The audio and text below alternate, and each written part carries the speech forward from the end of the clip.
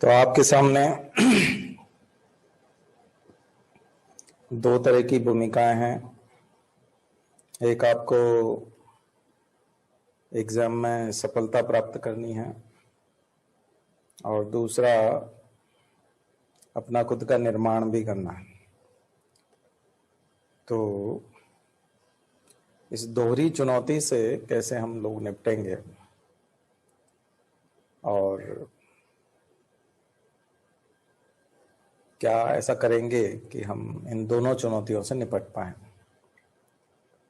तो इसके ऊपर आज हम कुछ बात करेंगे। देखिए, एग्जाम आप जैसे भी व्यक्ति हों निकाली जा सकती है।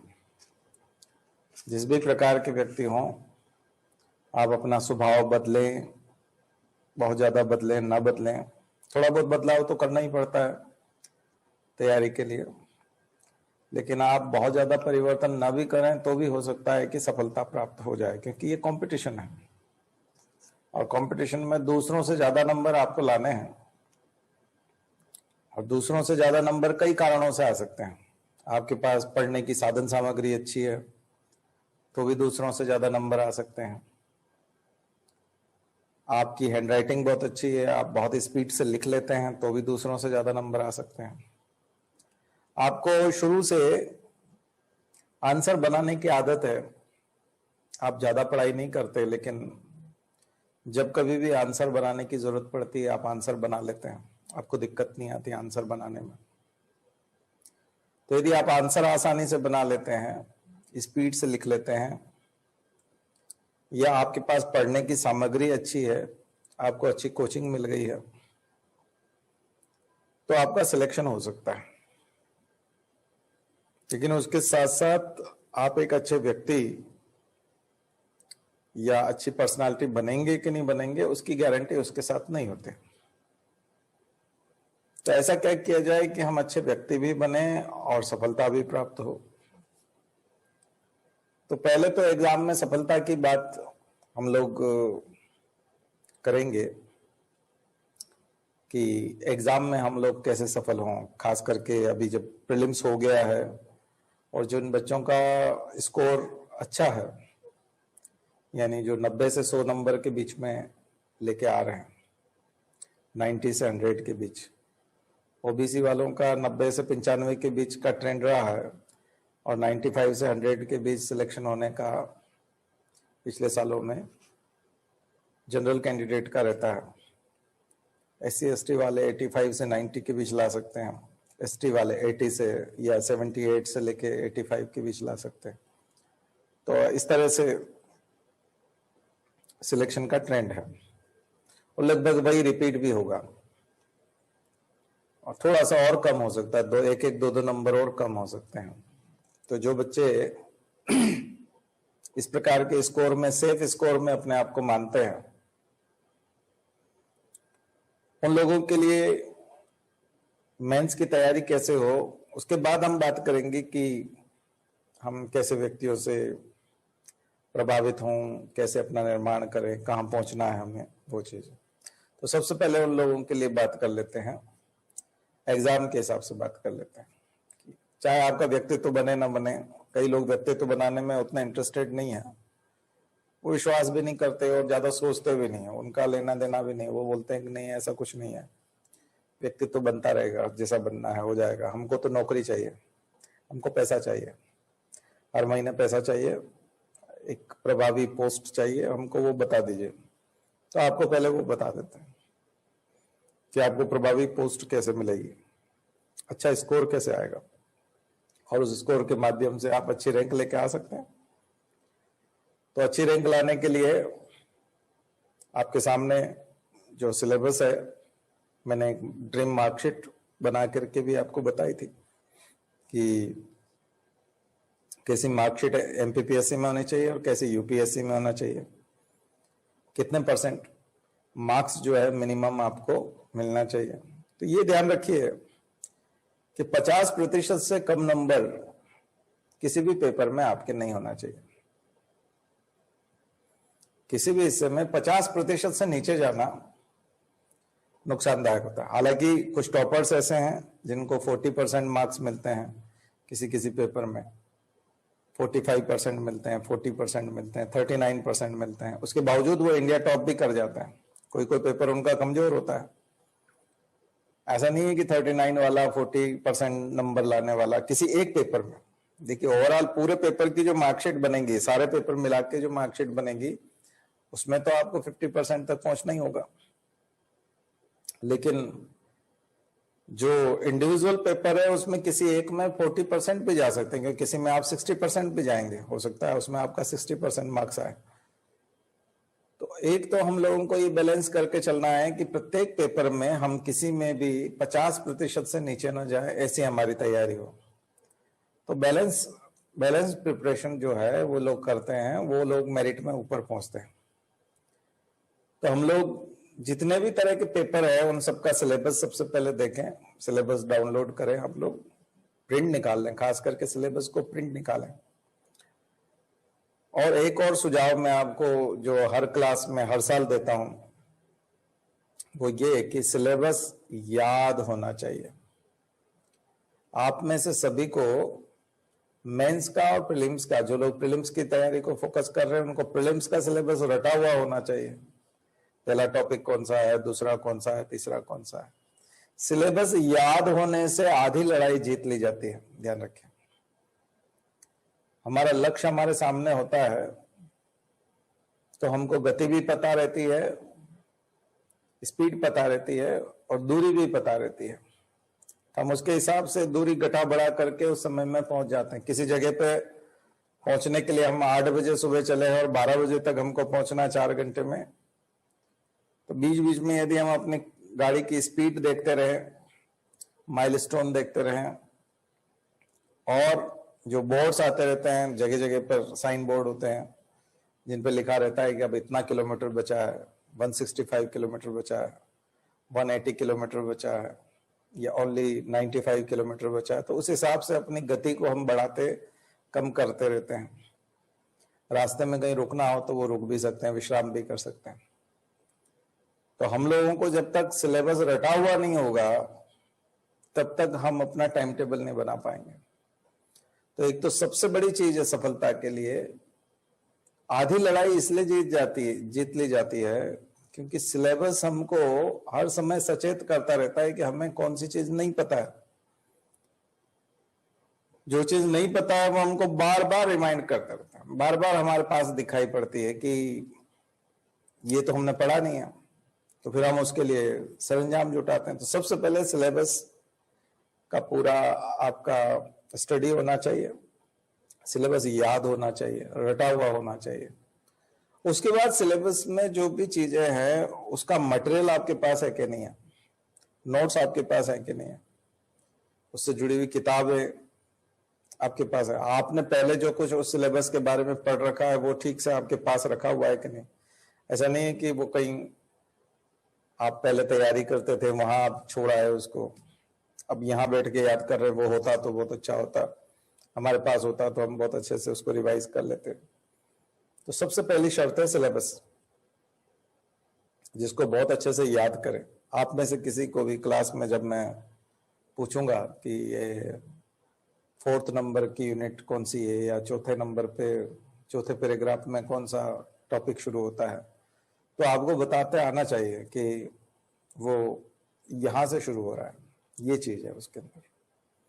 क्योंकि ये जब आपको पता होगी तो फिर हम उसको बहुत आसानी से डील कर पाएंगे। तो कई लोग पूछते हैं कि सर ध्यान कैसे करें, मेडिटेशन करें, कैसे करें। तो कंपटीशन एग्जाम की तैयारी करने वाले के लिए सबसे बढ़िया मेडिटेशन होता है अपने सिलेबस को शुरू से लेकर आखिरी तक देखना। इससे बढ़िया ध्यान नहीं हो सकता। ये बहुत बढ़िया मेडिटेशन है। सुबह उठ करके पहली यूनिट से लेकर आखिरी यूनिट तक, पहले पेपर से लेकर आखिरी पेपर तक के सिलेबस को शुरू से लेकर आखिरी तक देखो, आप फेमिलियर हो जाएंगे सिलेबस से, आप उसमें खो जाएंगे। और अगर आप आधे घंटे का ध्यान करना चाहते हैं तो आधा घंटा कब बीता है आपको पता ही नहीं चला। यही ध्यान है, यही मेडिटेशन है। जब आपको ये भान न रहे कि आप कर क्या रहे थे, आप क्या कर रहे थे, आप कहाँ खो गए, तो आप अपने सिलेबस में खो जाइए। तो इससे बढ़िया ध्यान क्या होगा? बहुत ही बढ़िया ध्यान है। तो क्योंकि हमारा लक्ष्य जो है हमारी आंखों से ओझल नहीं होना चाहिए, तो वो सिलेबस आप लोग अध्ययन करें। दूसरी चीज, जो लोग मेंस की तैयारी कर रहे हैं अभी, चाहे वो एमपीपीएससी की तैयारी कर रहे हो, कोई स्टेट सर्विस, दूसरा बीपीएससी, यूपीपीसीएस, जो कुछ भी आप तैयारी कर रहे हैं, यदि आप लिखने वाली परीक्षा की तैयारी कर रहे हैं जिसमें आपको 3 घंटे जाके लिखना है, तो आपको रोज 4 घंटे लिखना चाहिए, रोज 4 घंटे लिखना चाहिए और घड़ी लगा करके लिखना चाहिए। आप टाइम टेबल बना लीजिए और रोज एक ही समय में लिखें तो और ज्यादा अच्छा है, और एग्जाम वाले समय में लिखें तो और ज्यादा अच्छा है। यूपीएससी का मेंस देने वालों को 6 घंटे लिखने की आदत होनी चाहिए, क्योंकि उन्हें एक दिन में 6 घंटे लिखना पड़ेगा। 3 घंटे सुबह लिखना पड़ेगा, 3 घंटे दोपहर में लिखना पड़ेगा। तो रोज 6 घंटे लिखने की आदत यूपीएससी का मेंस देने वाले को बनानी पड़ेगी। अगर आपकी 6 घंटा लिखने की आदत नहीं है तो एग्जाम में वो क्वालिटी नहीं आएगी। देखिए, आपको मैं बताता हूं इस आदत का क्या फायदा है। आपने यदि यूपीएससी का मेंस पहले कभी दिया है या एमपीपीएससी का मेंस दिया है पहले कभी, तो आप एक चीज एक्सपीरियंस की होगी आपने कि फर्स्ट पेपर में आप स्ट्रगल कर रहे थे, क्योंकि आप पहले लिखते नहीं थे। अगर आप पहले लिखते नहीं थे तो फर्स्ट पेपर में आप स्ट्रगल करोगे, सेकंड पेपर में थोड़ा सा कंफर्टेबल महसूस करोगे, क्योंकि आपके हाथ को लिखने की आदत हो जाएगी।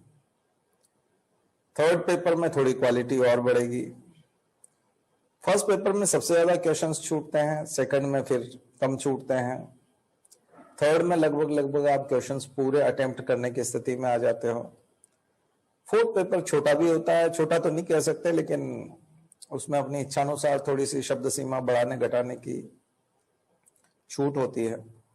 तो फोर्थ पेपर में आते आते आदमी के हाथ जो है वो ठीक हो जाते हैं, और ऐसे वाले में पेपर में, और इसमें हालांकि यूपीएससी में ऐसे पहले होता है, स्टेट सर्विस में ऐसे का पेपर बाद में होता है। तो ऐसे स्टेट सर्विस में ऐसे के पेपर आते आते आप बहुत रिलैक्स हो जाते हो और आराम से उसको पूरा कर लेते हो। स्टेट सर्विस में हिंदी का भी होता है, यूपीएससी में हिंदी और लैंग्वेज और ये जो कंपलसरी पेपर्स होते हैं ये पहले हो जाते हैं। तो जीएस जो है 4 आते आते हम लोग कंफर्टेबल महसूस करते हैं, और ऑप्शनल में फिर यूपीएससी में बहुत अच्छा महसूस करते हैं। और ऑप्शनल पे पकड़ भी होती है हमारी, क्योंकि ऑप्शनल हमने ज्यादा पढ़ा भी होता है, तो ज्यादा अच्छे से हम लोग ऑप्शनल में लिख पाते हैं। ये आपने महसूस किया होगा अगर आपने एग्जाम दी है, क्योंकि हमने तो सभी तरह के एग्जाम दिए, तो हम लोगों को ये आदत है, अनुभव। जिनने नहीं दिए तो उनको ये आगे जाके महसूस होगा। यदि आप परीक्षा के 2 महीने पहले से भी यदि 6 घंटा रोज लिखते रहे हैं, तो आपको पहले दिन ऐसा महसूस होगा जैसा आपको 6वें दिन महसूस होता है, क्योंकि 5-6 दिन की प्रैक्टिस के बाद आप जब पेपर देते देते 5-6 दिन प्रैक्टिस कर लेते हो, हालांकि वहां दिन नहीं होता, एक दिन में 2 पेपर होते हैं, तो दूसरे तीसरे चौथे दिन ही जो है सब कुछ खत्म हो जाता है। आप लोगों को इतना ज्यादा इंप्रूवमेंट महसूस होता है। तो 2 महीने तक लगातार यदि कोई 6-6 घंटा लिखेगा तो उसका तो क्वेश्चन छूट ही नहीं सकता। क्वेश्चंस अगर आपके छूट रहे हैं तो आप कंपटीशन से बाहर हो, क्योंकि आप अटेम्प्ट ही नहीं कर रहे हो। मैंने आपको पहले भी बताया कि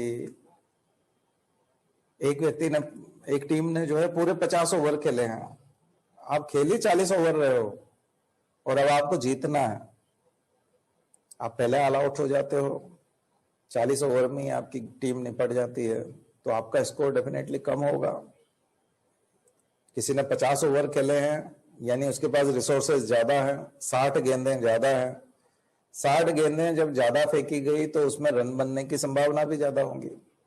चाहे किसी पे 1 रन बनाओ, 2 रन बनाओ, किसी अचानक से किसी खराब बॉल पे चौका भी लगेगा, छक्का भी लगेगा, तो 100 रन, 60 रन, 60 से लेके 100 रन, 120 रन बनने की संभावना बढ़ जाती है अगर कोई 60 बॉल ज्यादा खेलता है तो। और आप पूरे 3 घंटे तक टिक नहीं पाते या टिकते हैं तो उतनी क्वालिटी से नहीं टिक पाते। तो अगर आप 6-6 घंटा रोज प्रैक्टिस करोगे लिखने की तो डेफिनेटली आप कई लोगों से आगे हो जाओगे। तो ये एग्जाम को क्रॉस करने के सरलतम सूत्र है। पहला सिलेबस और दूसरा प्रैक्टिस। फिर तीसरे नंबर पे आता है कि अब नोट्स बनाने हैं कि नहीं। दरअसल इन दिनों में अब नोट्स बनाने का कोई तुक नहीं है। नोट्स हमेशा साल भर पहले बनाए जाते हैं, ध्यान रखिए। परीक्षा के 1 महीने पहले, 2 महीने पहले, 3 महीने पहले नोट्स बनाने का कोई मतलब नहीं है, बल्कि जो बने हुए नोट्स है उनको अंडरलाइन करके पढ़ लीजिए ताकि परीक्षा के 1-2 दिन पहले आप उसको रिवाइज कर सके। परीक्षा के 2 महीने पहले, 3 महीने पहले आप नोट्स बनाने के लिए बैठेंगे तो बहुत बहुत बड़ा काम होता है नोट्स बनाना।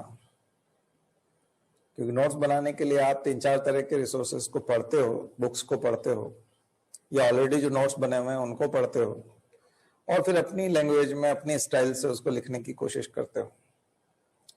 तो इन दिनों में आप नोट्स बनाने की कोशिश ना करें। आपने अगर 2-3 साल से तैयारी की है और पहले से यदि नोट्स बना रखे हैं तो उनको रिवाइज करें। नहीं बना रखे हैं, अभी तक कुछ भी नहीं किया है नोट्स के नाम पे, तो कोई चिंता वाली बात नहीं है। मार्केट में बहुत सारे, अब इतने सारे इंटरनेट पे नोट्स मौजूद है, अच्छे वाले नोट्स किसी के भी आपको समझ में आ जाएंगे। नहीं आते हैं तो वो हम कोशिश करेंगे कि आपको वो दृष्टिकोण दें कि आप समझ सकें कि अच्छे नोट्स कौन से होते हैं। उन नोट्स को डाउनलोड कर लीजिए, हो सके तो उसका प्रिंट निकाल लीजिए और उसको अंडरलाइन करके पढ़िए, ध्यान से पढ़िए। उसी को रिवाइज करिएगा परीक्षा से 1-2 दिन पहले, आपका काम हो जाएगा। तो सबसे पहला, हालांकि मैं हर बार बोलता हूं, पुरानी क्लास आपने यदि देखी होगी तो उसमें भी यही सब बातें थी, लेकिन चूंकि बच्चे नए हैं, कई सारे यूट्यूब पे जाकर के पुरानी क्लासेस नहीं देखते, तो मैं उनके लिए ये बता देना चाहता हूं कि आप नोट्स के चक्कर में बहुत ज्यादा न पड़े, अब कम से कम अभी। लेकिन जो लोग 2 साल बाद, 3 साल बाद एग्जाम देने वाले हैं, 1 साल बाद एग्जाम देने वाले हैं, उनको नोट्स जरूर बनाने चाहिए। अपने खुद के बनाए हुए नोट्स काफी समझ में भी आते हैं और फ्रूटफुल भी होते हैं, अच्छे परिणाम मिलते हैं उसके नोट्स बनाने के। क्योंकि आप 3 घंटा 6 घंटा हम लिखने की जो बोल रहे हैं आपको, उसमें लिखेंगे क्या? नोट्स ही तो बनाएंगे सबसे ज्यादा। वो आपके नोट्स तैयार हो जाएंगे और लिखना भी हो जाएगा, साथ साथ आपका हाथ भी चलता रहेगा, हाथ की प्रैक्टिस भी रहेगी। मैंने आपको बताया था कि हाथ का और दिमाग का कोऑर्डिनेशन लिखने का वो हमेशा रहना चाहिए। जो लोग स्क्रीन पे पढ़ते हैं, जो लोग कंप्यूटर लैपटॉप इस्तेमाल करते हैं और कीबोर्ड पे काम करते हैं हमेशा, उनको एग्जाम में बहुत दिक्कत आती है, क्योंकि उनका कीबोर्ड का उंगली चलाने का और अपने दिमाग का संतुलन बना हुआ है, उनका कोऑर्डिनेशन बना हुआ है, उसका समन्वय ठीक है। तो उनकी जो प्रैक्टिस है वो कीबोर्ड की और दिमाग की प्रैक्टिस है। तो कीबोर्ड पे उंगलियां घुमाना और दिमाग चलाना, ये दोनों एक साथ काम करता है और इसी की उन्होंने प्रैक्टिस की है। लेकिन ये प्रैक्टिस एग्जाम में काम नहीं आती, क्योंकि वहां लिखना पड़ता है आपको। इसलिए जिसकी जब तक लिखने की प्रैक्टिस नहीं होगी तब तक रिजल्ट नहीं आएंगे। और आज के जमाने में लिखना जो है वो बहुत दुर्लभ हो गया है, लोग लिखते नहीं है। तो हाथ से लिखने की परीक्षा है। जिस दिन आपको टाइपिंग की परीक्षा हो जाएगी, जिस दिन कीबोर्ड की परीक्षा हो जाएगी, उस दिन वो व्यक्ति दूसरे सफल होने लग जाएंगे। लेकिन अभी लिखने की परीक्षा है, तो आपके अक्षर सुधरते हैं। हर महीने बाद आपकी राइटिंग बदल जाती है। 1 महीना आप लगातार 6 घंटे लिखिए, 1 महीने बाद आपकी हैंडराइटिंग बदल जाएगी, क्वालिटी भी बदल जाएगी। सुंदर होगी कि नहीं होगी, लेकिन परिपक्वता जरूर होगी। कई हैंडराइटिंग सुंदर नहीं होती, लेकिन उसमें मैच्योरिटी दिखती है, क्योंकि वो बहुत ज्यादा लिखता है। बहुत ज्यादा जब हम लिखना शुरू हो जाते हैं तो कलम उठाते समय जो अंतिम जो बिंदु होता है, जहां हमने कलम उठाई है, वो तीखा होने लगता है, शार्प होने लगता है। और जो लोग धीरे धीरे लिखते हैं उसका मोटा हिस्सा होता है, जहां से कलम उठाई जाती है वो मोटा हिस्सा होता है। तो जो आदमी जितना स्पीड से लिखता है और जितना ज्यादा लिखता है, वो जल्दी जल्दी कलम उठा करके अगली जगह पर कलम रखने की, अगले अक्षर के लिए कलम रखने की आदत हो जाती है उसको।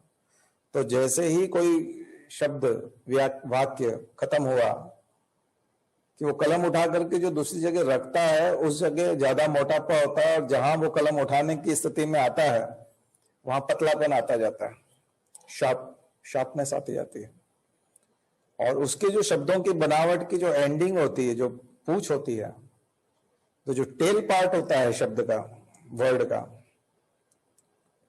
वो बहुत ही उसमें मैच्योरिटी आपको दिखाई देगी, क्योंकि वो बहुत तीव्रता से किया गया और उसकी बहुत प्रैक्टिस की गई है। उससे पता चलता है कि अभ्यास कितना है, और उससे वो इंप्रेस होता है। कॉपी चेक करने वाले का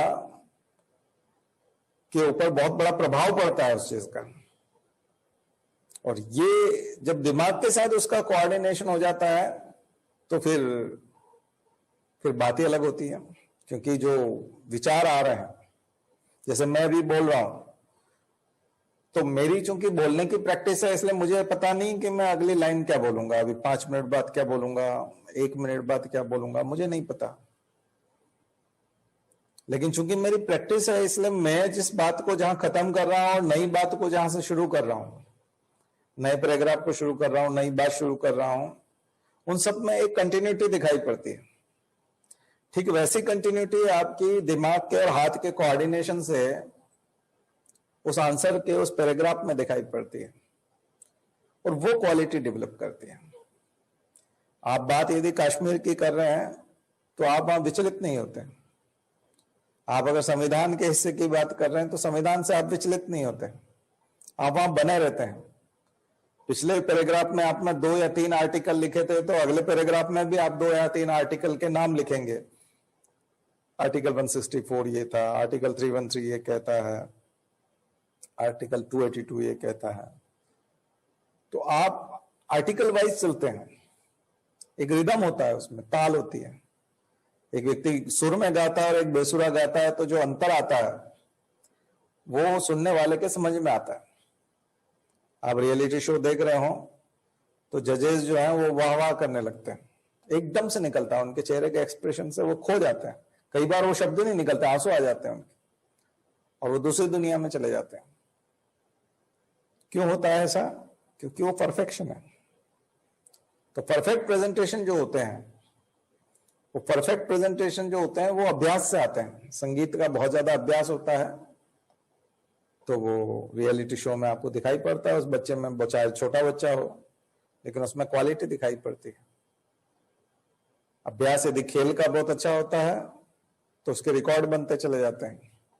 एक आध किसी मैच में वो जल्दी आउट हो जाए, बात अलग है, लेकिन क्रिकेट के जो तमाम सीरीज होती हैं, उसके बाद तरह तरह की श्रृंखलाएं होती हैं, वर्ल्ड कप होते हैं, चैंपियनशिप ट्रॉफी होती है, या इस तरह की जो प्रतियोगिताएं होती है, उसमें एक के बाद उसके रिकॉर्ड आप देखोगे तो उसमें एक रिदम होती है, अच्छा रिकॉर्ड होता है, वो अपने ही खुद के रिकॉर्ड तोड़ता आता है, तो क्वालिटी दिखाई पड़ती है।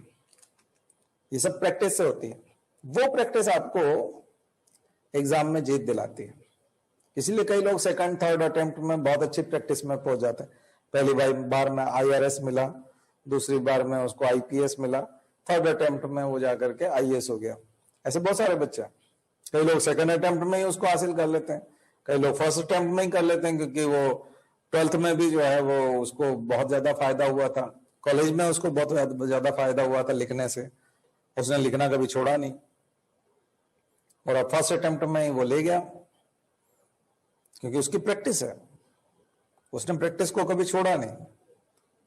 तो यदि आपने प्रैक्टिस को छोड़ दिया है और ठीक से आपने प्रैक्टिस नहीं की है, तो आपको प्रैक्टिस करना पड़ेगी, तब जाकर के रिजल्ट आएंगे। तो एक चीज रही आपकी सिलेबस, फिर मैंने आपको टाइम टेबल बनाने के लिए कहा है सिलेबस के आधार पर, और फिर रिसोर्सेज इकट्ठा करना है, नोट्स के बारे में है, और फिर राइटिंग प्रैक्टिस है कि आपको लिखना है ज्यादा से ज्यादा। अब है क्वालिटी ऑफ कंटेंट। आप कंटेंट की क्वालिटी कैसे तय करें? तो एक तो मैंने आपको कंसेप्चुअल पार्ट बताया है, एक फैक्चुअल पार्ट बताया, हमेशा से बताता रहता हूं मैं आपको कि एक फैक्चुअल पार्ट होता है आंसर का, एक कंसेप्चुअल पार्ट होता है, और तीसरा एक और पार्ट होता है जिसको साइकोलॉजिकल, इमोशनल या डिवोशनल इस तरह का नाम दे सकते हैं आप। तीसरा पार्ट जो होता है वो बिल्कुल अलग है, वो रो को छूता है, वो अतिरिक्त मार्क्स निकाल करके लाता है। अतिरिक्त मार्क्स यानी कि जो बिल्कुल ही एक्स्ट्रा मार्क्स हैं, यानी 10 नंबर का प्रश्न है तो सभी को 4 मिल रहे हैं, 4.5 मिल रहे हैं, 5 मिल रहे हैं, किसी को 6 मिल रहे हैं। 6 से ज्यादा उस व्यक्ति को देने की आदत ही नहीं है, नंबर ही देने की आदत नहीं है। तो 4.5 देता है 10 पे, 5 देता है, 5.5 देता है, 6 देता है बस। तो 4 से 6 के बीच मार्क्स देता रहता है। बेकार प्रदर्शन होता है, जो बिल्कुल उसके दिल को समझ में नहीं आता, वो 3 पकड़ा देता है, उसको 3 दे देता है, 3.5 दे देता है। बाकी वो सामान्यतः जो एवरेज मार्क्स हैं वो 4 से 6 के बीच देता है। एक व्यक्ति ने दिल छू लिया, दिल छू लेने वाली बात लिख दी, हिला दिया उसने सामने वाले को, उसने युग परिवर्तन करने वाली कोई बात लिख दी। कृषि सुधार के बारे में पूछा हुआ है, मान लीजिए एग्रीकल्चरल रिफॉर्म के बारे में पूछा हुआ है, और उसने एक पैराग्राफ या 1-2 पॉइंट ऐसे लिख दिए जिससे कॉपी चेक करने वाले को लगा कि वाकई में एग्रीकल्चर में रिवॉल्यूशन हो जाएगा। ये तो वाकई में जो अन्नदाता किसान है वो तो फिर बहुत बहुत आगे निकल जाएगा दूसरे लोगों से, और खाद्य सुरक्षा भी बन जाएगी पूरे देश में। ऐसी कोई उसने बात लिख दी। अब ये बातें कहां से आएंगी? महिला सुरक्षा के बारे में है तो महिला सुरक्षा कानूनों के बारे में या उसके इम्प्लीमेंटेशन के बारे में, police reforms, judicial reforms, jail reforms, इनके बारे में कुछ उसने मिला करके लिख दिया, या बहुत बड़ा बास्केट कॉम्बिनेशन, यानी बहुत सारी बातों का एक जखीरा जो है उसने समेट करके उसके सामने रख दिया और पूरा दृश्य प्रस्तुत कर दिया कि ये है, ऐसे होगी महिला सुरक्षा। अभी जो हो रहा है उससे नहीं होगी महिला सुरक्षा, इससे होगी। और वैसी अगर कुछ चीजें अगर उसने पेश की और वो अगर उस व्यक्ति को छू गई तो वो 8 8.5 पे पहुंच जाएगा, 10 में से 8 8.5 नंबर ले चला जाएगा। और ऐसा अगर वो 4-5 प्रश्नों में भी कामयाब हो गया तो सब बच्चों से आगे निकल गया। तो वो जो पार्ट होता है इमोशनल वाला, डिवोशनल वाला, या बिल्कुल एक अलग तरह का लिखने का, वो फिर डेवलप करने के लिए मैं अभी सेकंड पार्ट में बताने वाला हूं, मैं आगे बताने वाला हूं आपको कि वो कैसे आता है। अभी मैं आपको रूटीन वाला पार्ट बता रहा हूं कि आप लिखने का कंटेंट कैसा हो। तो अभी मैं फैक्चुअल और कंसेप्चुअल वाली बात बताता हूं, अभी मैं इमोशनल, डिवोशनल या साइकोलॉजिकल वाली बात नहीं कर रहा, जिसमें आपकी पर्सनालिटी झलकती है, जिसमें आपका व्यक्तित्व बाहर आता है, उसकी बात मैं अभी नहीं कर रहा। अभी मैं पहले उस पार्ट की बात कर रहा हूं कि अभी आप सब लोग लिखेंगे, अभी चेक करवा रहे हैं ना आप लोग सब, आप रोज भेज रहे हैं, व्हाट्सएप कर रहे हैं मुझे, तो ये बहुत अच्छी चीज है कि आप ऐसा कर रहे हैं। पर उसमें कहाँ कमी है? कई लोग बच्चे पूछते हैं सर इसमें करेक्शन क्या है, इसमें कमी क्या है? आपने तो मार्क्स दे दिया लेकिन इसमें कमी हमको दिखाई नहीं पड़ रही, कमी कहाँ है? तो कमी हम आपको बताते हैं। अब ये प्रश्न की डिमांड के ऊपर डिपेंड करेगा कि प्रश्न में फैक्चुअल पार्ट ज्यादा होगा या कंसेप्चुअल पार्ट ज्यादा होगा। ये प्रश्न की डिमांड पर डिपेंड करेगा। जैसे मैं आपको एक उदाहरण दूं कि भारत में सिंचाई के साधनों का उल्लेख कीजिए, भारत में सिंचाई के साधनों का उल्लेख कीजिए। तो 90% जो है वो फैक्चुअल पार्ट है। इसके अंदर आंसर में जो 90% चीजें होंगी वो फैक्चुअल होंगी, क्योंकि उसमें कंसेप्चुअल जो पार्ट है वो बहुत ज्यादा नहीं है।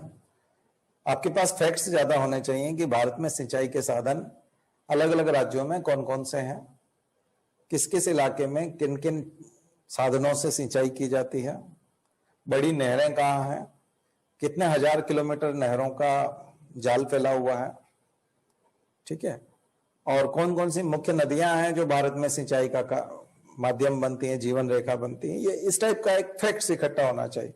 इसमें कंसेप्ट जैसा बहुत ज्यादा नहीं, लेकिन फिर भी आप 10% उसको कंसेप्चुअल बना सकते हैं। और इसमें इमोशनल डिवोशनल टाइप की और वो चीजें तो करने का बहुत ज्यादा गुंजाइश नहीं है। तो प्रश्न की डिमांड पे डिपेंड करता है। दूसरा मैं प्रश्न बताता हूं जिसमें कंसेप्चुअल पार्ट ज्यादा होता है, तो वो ये है कि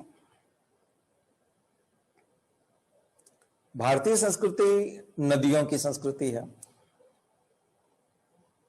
भारतीय संस्कृति नदियों की संस्कृति है और नदियां भारत में जीवन रेखा की तरह मानी जाती है। अब यहां आपको थोड़ा 50-50 हो जाएगा, क्योंकि ये जो क्वेश्चन है थोड़ा सा फिलोसॉफिकल जाता है शुरू में, बाद में जाकर के फैक्चुअल हो जाएगा। तो वो कंसेप्चुअल पार्ट भी रहेगा और फैक्चुअल पार्ट भी रहेगा, और साथ में थोड़ा सा हम लोग डिवोशनल टाइप का या स्पिरिचुअल टाइप का वो पार्ट भी लेके आ सकते हैं, जिससे हमारा बिहेवियर और साइकोलॉजी सामने वाले को पता चले और हम उनको इस मामले में इंप्रेस भी कर सकते हैं। मुझे लगता है कि आपको तीनों में अंतर समझ में आया होगा। और तीसरा जो एक पार्ट होता है जिसमें आपका बिहेवियर या व्यक्तित्व पूरी तरह से निखर करके आता है, तो वो आपको देखने को मिलेगा तीसरे प्रकार के पक्ष उसमें कि निर्मल और अविरल गंगा, निर्मल और अविरल गंगा न केवल आर्थिक रूप से महत्वपूर्ण है, बल्कि ये भारतीय जनमानस के लिए मोक्षदायिनी रही है। सिद्ध कीजिए। ये इस प्रकार के जो प्रश्न आएंगे, इसमें फिर जो मैं आपको डिवोशनल और वो जो बता रहा हूं, वो वाला पार्ट जो है करीब 60% हो जाएगा और बाकी पार्ट कंसेप्चुअल रहेगा। उसमें फैक्चुअल जैसी कोई गुंजाइश नहीं है, फैक्चुअल पार्ट की ज्यादा गुंजाइश नहीं है। तो प्रश्न की डिमांड पर निर्भर करता है ना कि उसकी डिमांड क्या है, वो चाहता क्या है। प्रश्न पूछने वाला फैक्ट्स ज्यादा चाहता है आपसे, कंसेप्ट ज्यादा चाहता है, या आपका इमोशनल डिवोशनल पार्ट चाहता है, जिससे आपका बिहेवियर साइकोलॉजी बाहर निकल करके आ सके कि आप किस प्रकार के व्यक्ति हैं, जिससे आपका व्यक्तित्व, जो पर्सनालिटी डेवलपमेंट आपका अभी तक हुआ है, वो जज कर पाएगा। वो तीन अलग अलग तरह के प्रश्न मैंने आपको बताया, और तीनों प्रश्नों में, और तीनों तरह के प्रश्न आते हैं, आप उठा के देख लीजिएगा, क्वेश्चन पेपर उठा के देखिए, तीनों तरह के प्रश्नों का सामना आपको करना पड़ेगा। तो कंटेंट की जो क्वालिटी है वो उस आधार पे होनी चाहिए, प्रश्न की डिमांड के हिसाब से होनी चाहिए। संविधान की प्रस्तावना पे जब प्रश्न आता है, धर्मनिरपेक्षता के ऊपर जब प्रश्न आता है, संप्रदायवाद पे जब प्रश्न आता है, न्यायपालिका की सर्वोच्चता के ऊपर जब प्रश्न आता है, गवर्नेंस की प्योरिटी के बारे में जब प्रश्न आता है कि जो सरकार है उसके अंदर कितनी सैंक्टिटी होनी चाहिए, उसकी पवित्रता कितनी होनी चाहिए, तो अभी बहुत सारे जो सवाल आसपास, हमारे आसपास दिखा। कल भी मैंने जो आपको बताया कि न्यायपालिका की बहुत सारी गतिविधियां ऐसी है जिन गतिविधियों के माध्यम से ऐसा लगता है कि न्यायपालिका पवित्र नहीं है। क्योंकि जैसे मैंने आपको बताया है कि अयोध्या मसले पे जो रिजल्ट आया है, उस रिजल्ट में न्यायपालिका 32 लोगों को फ्री कर रही है, उनको इक्विटल दे रहे हैं। कन्विक्शन रेट है ही नहीं, उसमें 0 है, किसी को कन्विक्ट नहीं किया, सभी को छोड़ दिया, बाइज्जत बरी कर दिया। जबकि उसके 50% लोग जो है वो चिल्ला के सोशल मीडिया पे और इंटरनेट पे कह रहे हैं कि हमने किया है अपराध। आपको लगता है कि हमने, आप चढ़ा दीजिए, हमको सूली पे चढ़ा दीजिए, लेकिन हमने किया, हमने तोड़ा, और हमें ना बाबरी मस्जिद को तोड़ा और प्लान करके तोड़ा है, और लोगों को ट्रेनिंग दी है उसको तोड़ने की, और कोर्ट बोल रही है कि नहीं, ये अचानक से असामाजिक तत्वों ने आकर किसने कर दिया अचानक से पता नहीं, ये लोग तो सारे निर्दोष हैं, इनको बाइज्जत बरी किया जाता है। तो ये एक ऐसा संदेश है न्यायपालिका की तरफ से कि बहुसंख्यक हिंदुओं के लिए तो ये बहुत खुशी की बात है कि अल्पसंख्यकों को मजा चखाया गया है कोर्ट के द्वारा। लेकिन असली में तो जो आदमी अभी लीगल चीजें सीख रहा है, लॉ को सीख रहा है, जो बच्चे ने अभी लॉ में प्रवेश किया है, या जो भी छोटे छोटे जो बच्चे हैं वो पढ़ रहे हैं, वो तो इस चीज को देख करके समझ में आएगा ना कि यानी कि जुडिशरी जो है वो फेवर करती है। अब वो कहेंगे कि नहीं, फेवर नहीं करेंगे तो दंगा मच जाएगा, इनको अगर जेल में डालेंगे तो पूरे देश में हाहाकार मच जाएगा, लॉ एंड ऑर्डर की सिचुएशन पैदा हो जाएगी। तो क्या लॉ एंड ऑर्डर की सिचुएशन पैदा होने के आधार पर न्याय किए जाएंगे कि न्याय के लिए न्याय किए जाएंगे? न्याय है इसलिए न्याय करना है, या फिर समस्या खड़ी हो जाएगी इसलिए ऐसा करना है? तो ये तो बड़ा खतरनाक हो जाएगा कि फिर अगर किसी डोमिनेंट कास्ट ने या किसी दबंग जाति के व्यक्ति ने यदि रेप किया है तो उसको छोड़ना होगा आपको, आप उसको फांसी नहीं दे सकते, क्योंकि अगर उसको पकड़ा तो हंगामा मच जाएगा, वो कास्ट तो हंगामा खड़ा कर देगी। तो हमको तो उसको किसी भी हाल में बचाना होगा। ठीक है, यही समझौता है। जब ऐसा कभी झगड़ा होगा, आप कहीं कलेक्टर होंगे, कुछ होगा, और मान लिया जाए, देखो वहां जाति नहीं है, आप कहीं कलेक्टर हैं, और कलेक्टर मतलब फिर वहां नीची जाती है, कहां पर, किसके सामने? अगर वहां का महाराजा, मान लिया आप कहीं कलेक्टर हैं और वहां एक महाराजा है, वहां स्थानीय राजा है कोई, उसके सामने फिर कलेक्टर शूद्र है, तो वो राजा के खिलाफ यदि कोई एक्शन लेना है, उसने अगर राजा ने कुछ गड़बड़ कर रखी है, वहां के राजा ने, पहले के जमाने में रहे होंगे राजा 47 से पहले, लेकिन अब तो राजा नहीं है, लेकिन वो उसका पद है और उसने धारण कर रखा है, और वो अपने नाम के आगे भी लगाता है, और वहां के आसपास के लोग भी जो है उसको मानते हैं, राजा मान्यता है उसकी। तो उसका सोशल स्टेटस इतना है कि वो तमाम पार्टियां, पॉलिटिकल पार्टियां उसको राजा मानती है, मुख्यमंत्री भी उसको तवज्जो देते हैं। और यदि आप वहां कलेक्टर हैं तो आप शूद्र ही मानिए। अगर उसने कुछ गड़बड़ की और आपने एक्शन ली, और अगर आपकी पिटाई कर दी उसने या उसके गुंडों ने, तो आप सीएम को भी बताएंगे कि सर ये मेरे साथ ऐसा हुआ, तो वो कहेंगे भाई आपको अभी कोई पुलिस कार्रवाई नहीं करना है उसके खिलाफ, और इस मामले को यहीं रोक दो तो ज्यादा अच्छा है, क्योंकि हम उससे पंगा नहीं ले सकते, और तुमसे नहीं होता तो हम दूसरे आदमी को भेज देते हैं।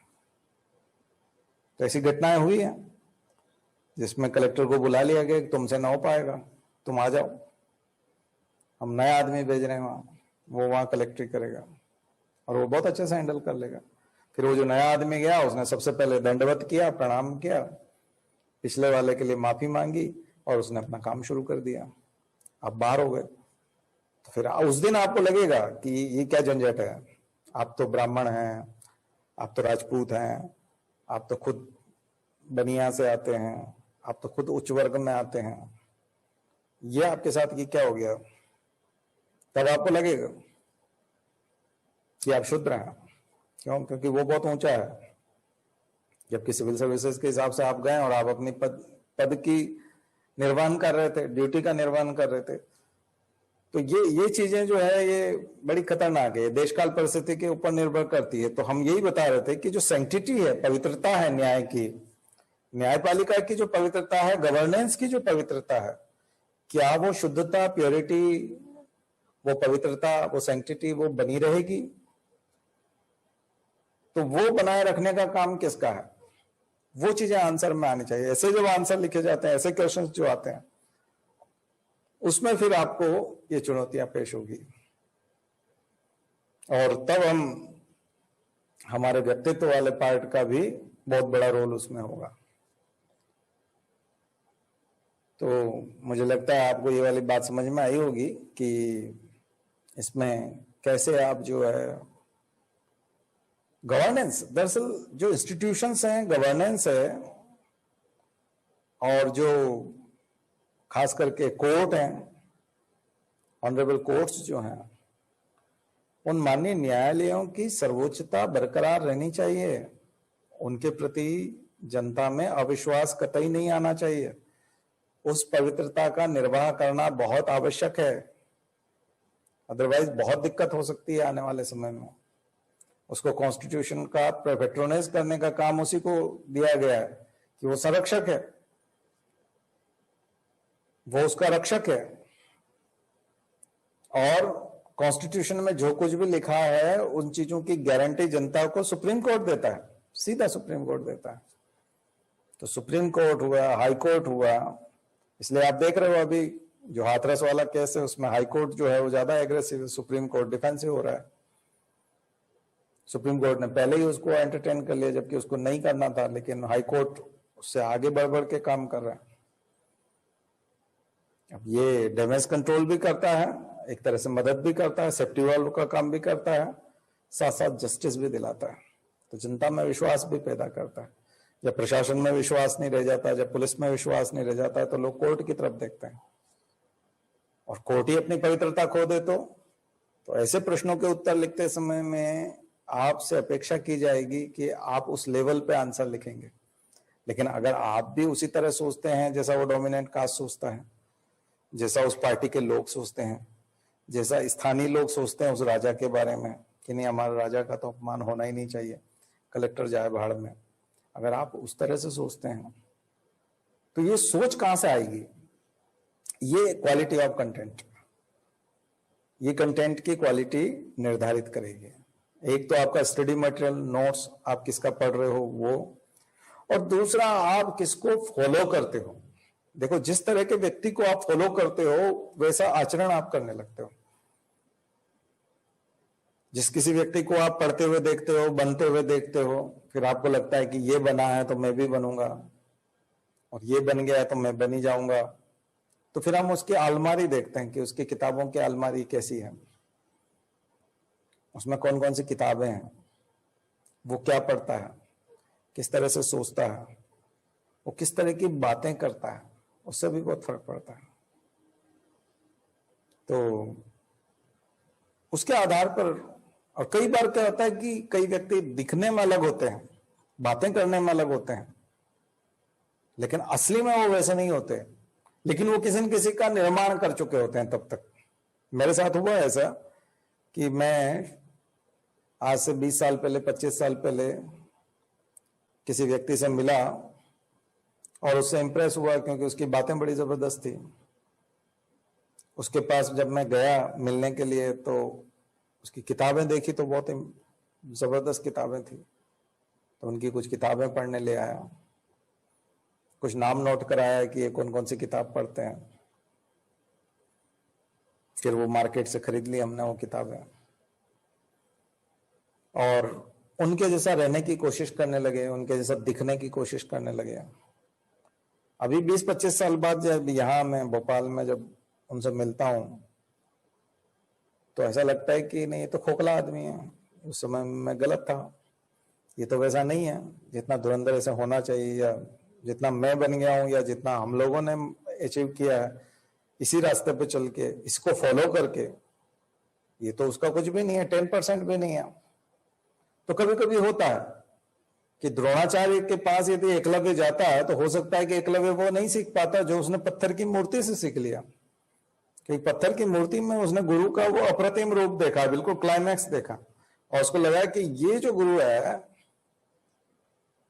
ये मेरा इतना आदर्श है और मुझसे इतना एक्सपेक्ट कर रहा है कि मैं इतनी प्रैक्टिस करूं। इतनी प्रैक्टिस हो सकता है अर्जुन ने नहीं की, इसी वजह से तो वो अर्जुन से ज्यादा आगे बढ़ गया था।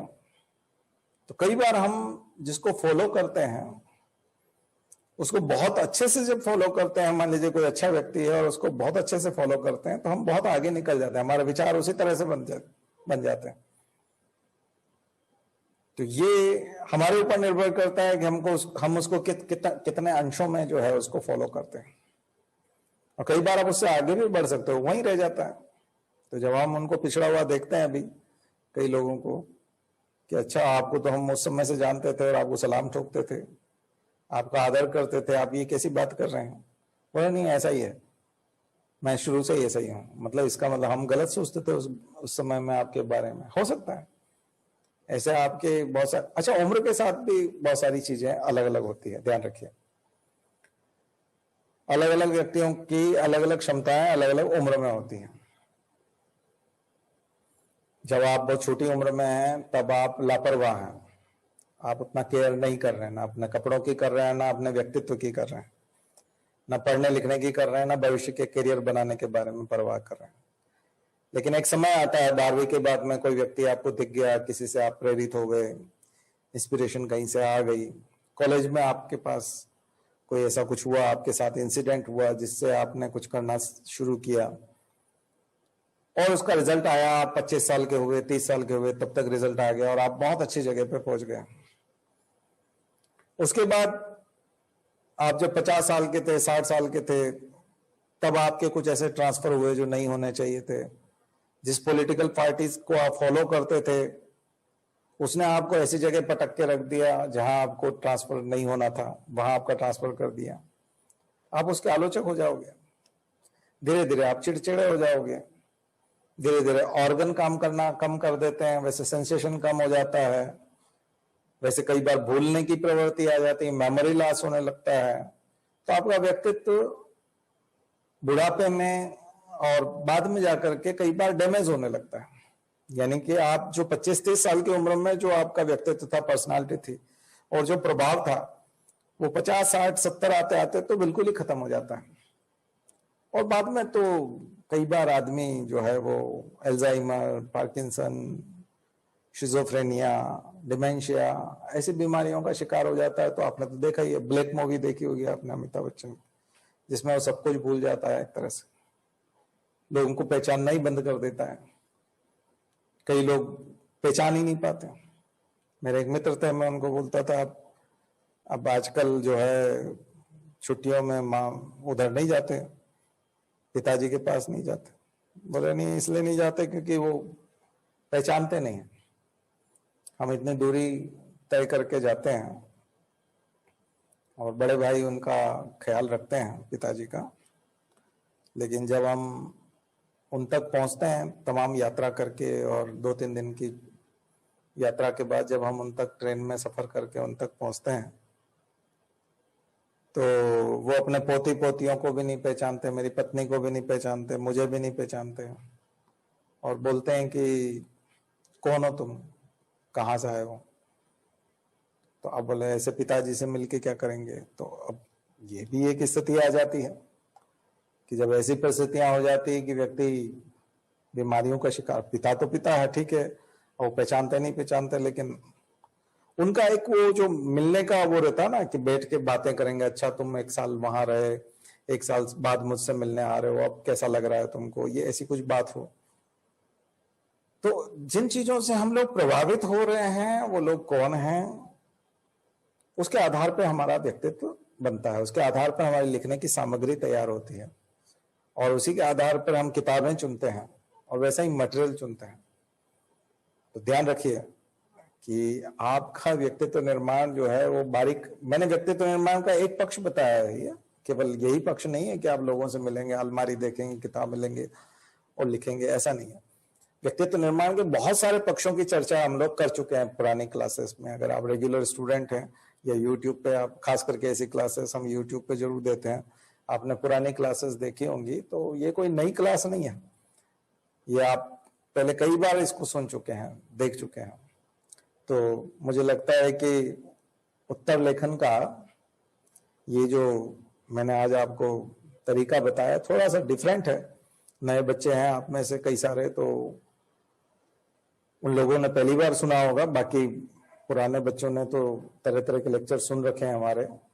फिर भी सबके लिए कुछ न कुछ नया जरूर होगा। मुझे उम्मीद है कि आप आज के इस लेक्चर से कुछ लाभ उठाएंगे और फिर हम कल और कुछ अच्छा लेके आएंगे आपके लिए आंसर राइटिंग के बारे में। ठीक है, चलिए।